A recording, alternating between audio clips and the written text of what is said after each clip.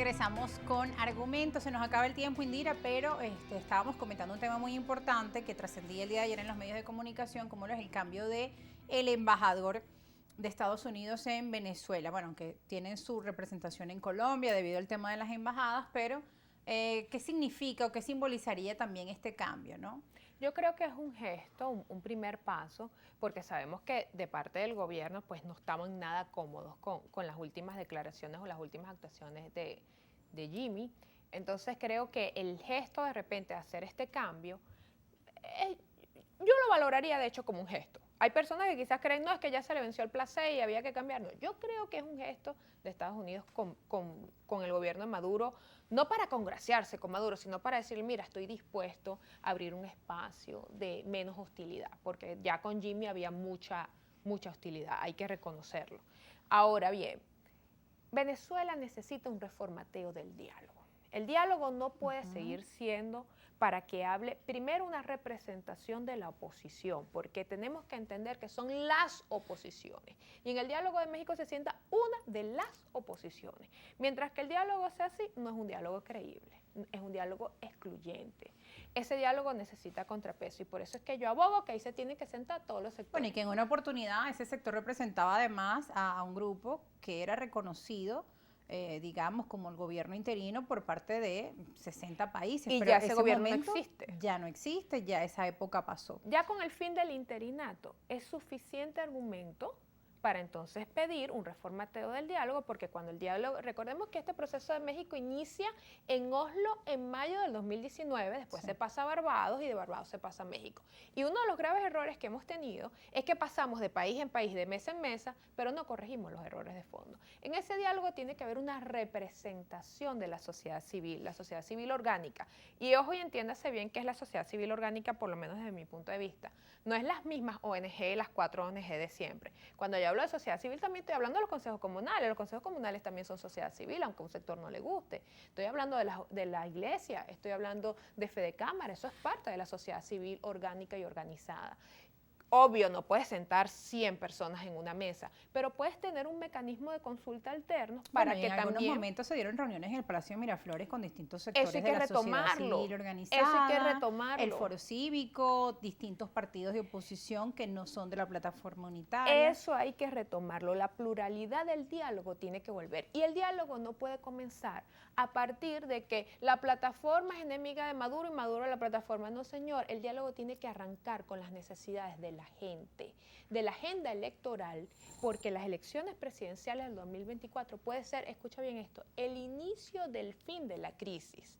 Y nosotros, este país necesita elecciones, la oposición la necesita, lo necesita el gobierno y lo necesita la comunidad internacional. El problema es que nosotros no podemos llegar a esas elecciones sin un acuerdo político, porque ¿qué pasa si vuelve a ganar el chavismo? Vamos a seguir en el mismo problema que en el que estamos hoy. ¿Y qué pasa si gana la oposición? El chavismo le entrega en paz, se va a dar una transición tranquila. Entonces necesitamos un acuerdo político para esa agenda electoral.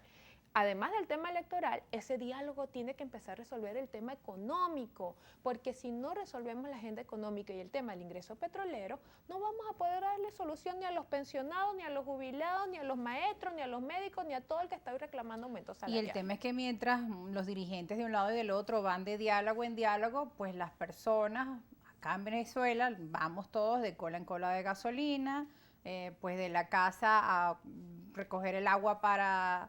O sea, los problemas de los servicios públicos continúan, buscando cómo conseguir el dinero para pagar los colegios de los niños. Es decir, hay una situación real que al parecer no encuentra respuestas tampoco en estos diálogos, porque como tú lo mencionas, son varios años de este proceso que no da frutos. No merecemos vivir como estamos viviendo. Y te voy a decir más, no merecemos la indolencia, no merecemos que una clase política, buscando un cambio político, haga sufrir a la gente. Eso es inhumano. Es más, lamentablemente, o gracias a Dios, yo no soy presidenta. Porque si yo fuese presidenta, yo lo primero que hago es inhabilitar a todo el que pidió sanción. Eso no puede ser un candidato a la presidencia. No puede ser candidato a la presidencia del país alguien que diga, no importa, vamos a cortarle el DirecTV a la gente porque con eso Maduro se va. No puede aspirar dirigir un país alguien que le ha pasado por la cabeza infligirle sufrimiento a la gente para llegar al poder. Eso en ningún país, Rosa, en ningún país. Eso estaría impune. Y así como estuvimos pidiendo justicia con el tema de Paraqueima, yo creo que aquí hay que pedir justicia también para todo lo que aquí ha sucedido. Bueno, y muchos años un sector de la población pedía justicia y decían, ¿por qué no se detiene a Juan Guaidó, por ejemplo? Bueno, ya esa historia concluyó y creemos que a través de justamente ese proceso de negociación. Bueno, les voy a dar una noticia. Y para cerrar, porque ya no con el tema de las negociaciones, y ahí tienes Sudáfrica, y ahí tienes Chile, y bueno, la historia está llena de episodios donde no todos los responsables de las cosas van presos. Entonces, lo que puedo decirle al país, necesitamos diálogo urgente,